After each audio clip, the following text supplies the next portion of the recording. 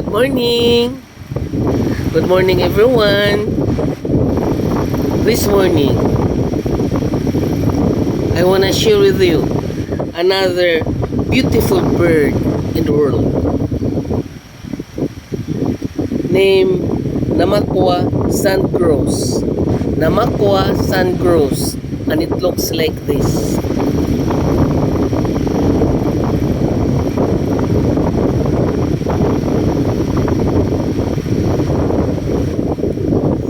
Ganda, no? Beautiful. Namaqua sandgrouse is nothing short of gorgeous, with vivid markings and stout structure that gives them character. The juvenile and females of the species are less vibrantly colored and can generally be described as being brown and speckled.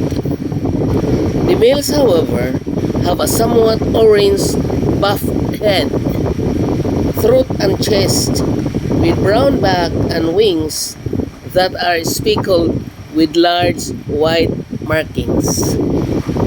The African name for the Namaqua sandgrouse is Nanga, Namaqua, or Kilkiliwin. Kilkiliwin.